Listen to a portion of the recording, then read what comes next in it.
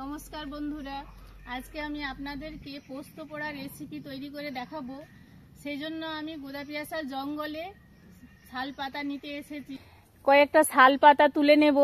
আপনাদেরকে আমি এই শাল পাতা দিয়েই পোস্ত পোড়া রেসিপি বানিয়ে দেখাবো।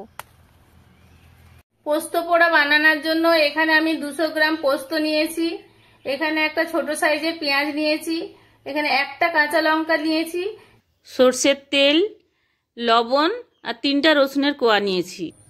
পোস্তর সঙ্গে আমি পেঁয়াজ আর রসুনটা দিয়ে দেবো।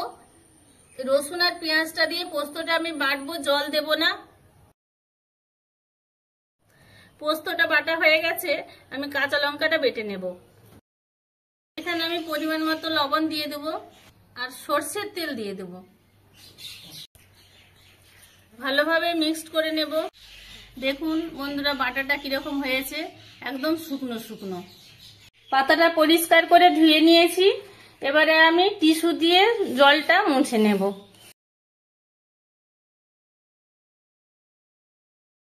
পাতায় তেলটা মাখিয়ে নেব।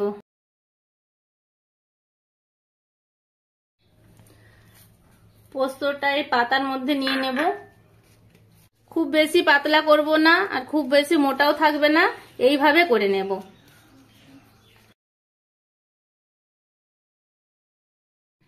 এবারে আমি আরেকটা পাতা যে তেল মাখানো ছিল ওইটাকে আমি ঢাকা দিয়ে দেব।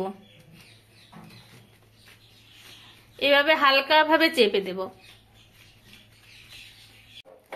ওভেনটা জ্বালিয়ে আমি তাওয়াটা বসিয়ে নেব। তাওয়াটা গরম হয়ে গেছে, আমি ওভেনটা কমিয়ে দিলাম। কমিয়ে পোস্তটা দিয়ে দেব। আমি একবার উল্টে দেব। মাঝে মাঝে এইভাবে একবার করে উল্টে দিবেন। দেখে মনে হচ্ছে পোস্ত পোড়াটা হয়ে গেছে। আমি ওভেনটা অফ করে দিলাম, দিয়ে পোস্ত পোড়াটা নামিয়ে নেব। পাতাটা একটু ঠান্ডা হয়ে গেছে, আমি এইভাবে চেপে এই দিকটা থেকে তুলতে তুলতে ওদিকে যাব। এবারে এই পাতাটাও তুলে নেব। দেখুন এই দিকটাও কত সুন্দর হয়েছে। এবারে আমি ছুরি দিয়ে পিস করে নেব পরিবেশনের জন্য। আপনারা ভাতের সঙ্গে খেতে পারেন, খেতে খুব সুন্দর লাগে।